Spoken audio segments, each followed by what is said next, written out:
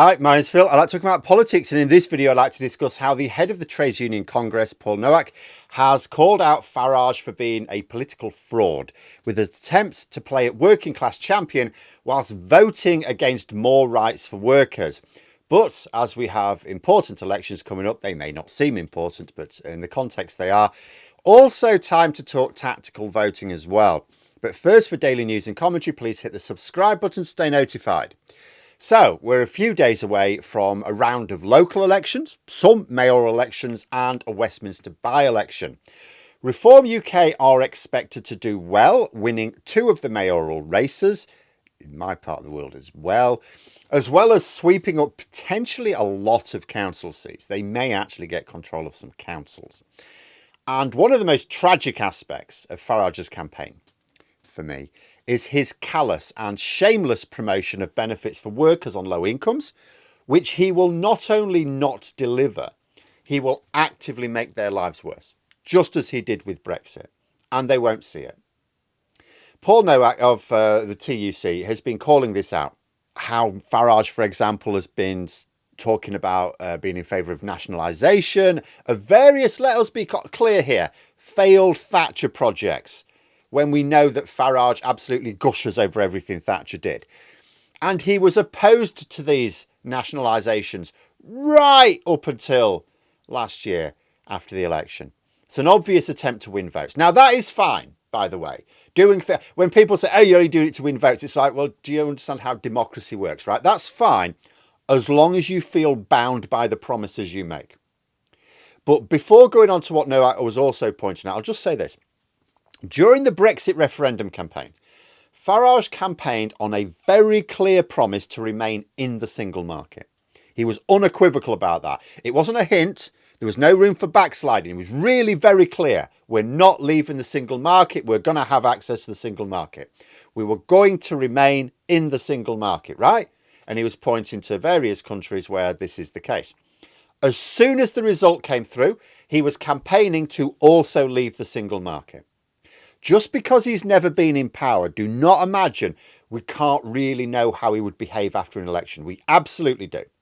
He will say anything for votes, which is democratic if you mean it, but he doesn't mean it. He will drop any and all campaign promises once he gets the result he's after. As Novak's pointing out, he's a multi-millionaire who has never shown any regard. He's never helped, ever, any working people. He's been in politics a long time. You don't have to be the Prime Minister to actually help people in politics. When has he ever helped a group of working people? He never has. He'll stand up and talk about how he wants to. He's never actually done it. He will not make life easy for ordinary working people. One thing Nowak pointed out was that Labour's Employment Rights Bill, which is about to go through the House of Lords, very popular with voters. But Farage and Reform UK voted against it. He accepted that people are disillusioned with politics, but that Reform UK are not the answer. Now, I would go further.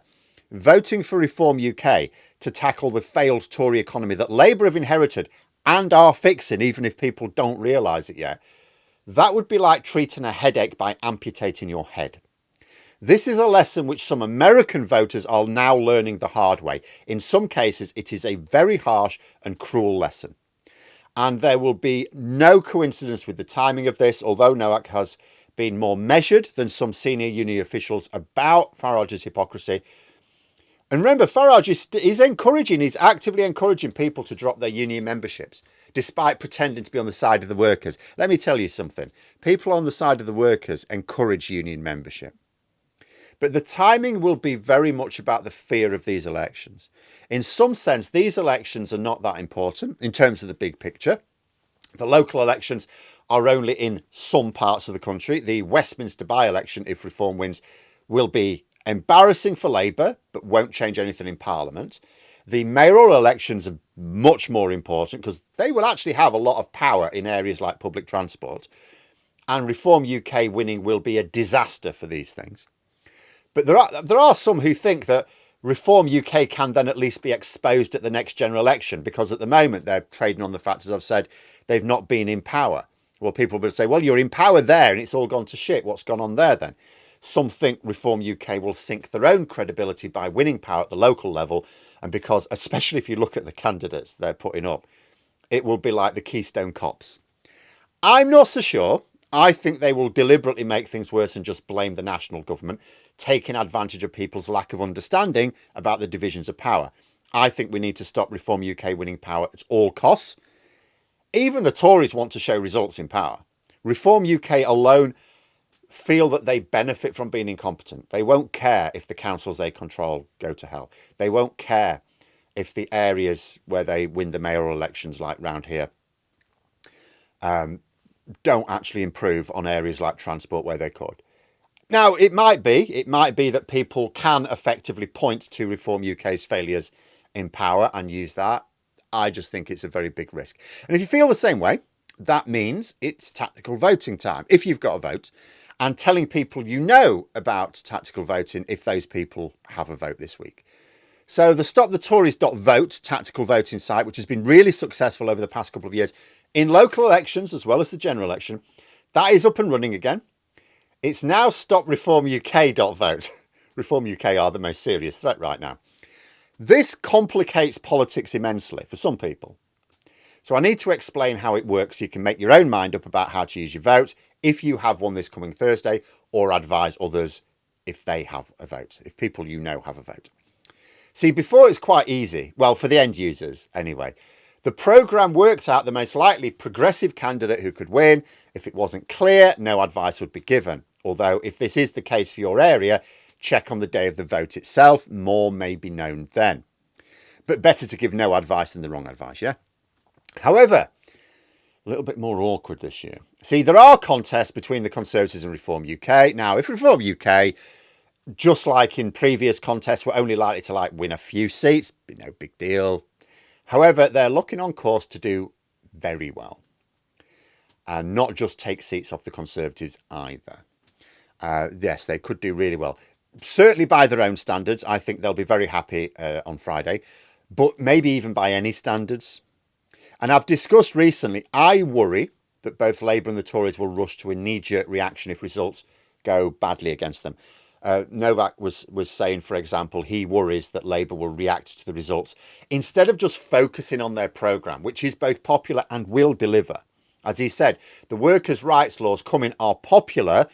They're just not getting any credibility in the polling at the moment because people are judging based on their lives right now, on what's been done, not what's being promised for the future. But it is coming. And policies like this are going to turn the tide for Labour. But Labour, backbench MPs as well as the leadership, have a history of panicking and not seeing the long game clearly. And the same will definitely be true of the Tories, who have no long game because they're not in power. The consequences of Reform UK doing well. Some people take a local election, they'll deliberately vote against the government, or as a warning shot, as a punch in the nose, as a warning to say, look, you can't take our vote for granted. The problem in this particular, and that's normally the case, right? And that's normally how it's taken. The problem in this particular case is it will not be a warning shot to both the Tories and Labour that they're going too far in a particular direction. It will actually be pressure for them to carry on going further in that direction you don't want. Nobody's going to make Labour reverse some of its regressive policies because Reform UK does well. Quite the reverse. Because the Reform UK are the most regressive of all the parties. So although I will keep emphasising my firm belief that people should absolutely make their own mind up about how you use your vote, I would only urge people to vote. Please vote. Even a wasted vote is better than no vote at all. But if you want to use your vote to make a difference, in the most likely way to make a difference, it does require a little bit of focus. Some people are fine with their vote just being on the tally and not doing anything. But for those who want their vote to make a material difference, it has to be used on, in most cases, one of the top two candidates. And for some contests, including the one I have a vote for, that means it's between the Conservatives and Reform UK. Now, the tactical voting advice on stopreformuk.vote still works on the basis of it's not going to recommend a Conservative candidate, even under these circumstances. It's because the idea of prioritising between the Tories and Reform UK pragmatically is very, very abhorrent to a lot of people that would engage with this process. But I make every effort to be very clear about what you can realistically achieve in life and how you do that. Remember, this is not advice from me about how to use your vote. It's just presenting people with information so that you can make an informed choice about what to do with your own vote. And if you know other people, I mean, if you've got a vote, people you know in your area also have a vote. But if you don't have a vote, you may know someone somewhere else who has a vote. You know, it's what you tell them. People should always use their vote in the way they think best. I just want people to be informed about both the process and the issues. If you would vote for the Conservatives over Reform UK, be aware the stopreformuk.vote site will not ever recommend a Conservative candidate.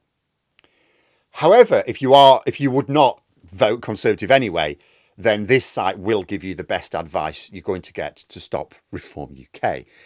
Remember, tactical voting, it's not about getting what you want. If you can vote for what you want and have a realistic chance of getting it, you don't need to vote tactically.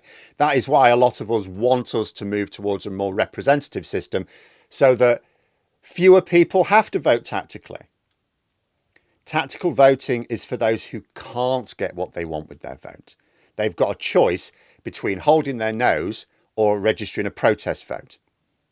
And that's the majority of voters, quite frankly, when you've got a first past the post system like ours. So tactical voting, if you're a glass half empty person, is about stopping what you most fear.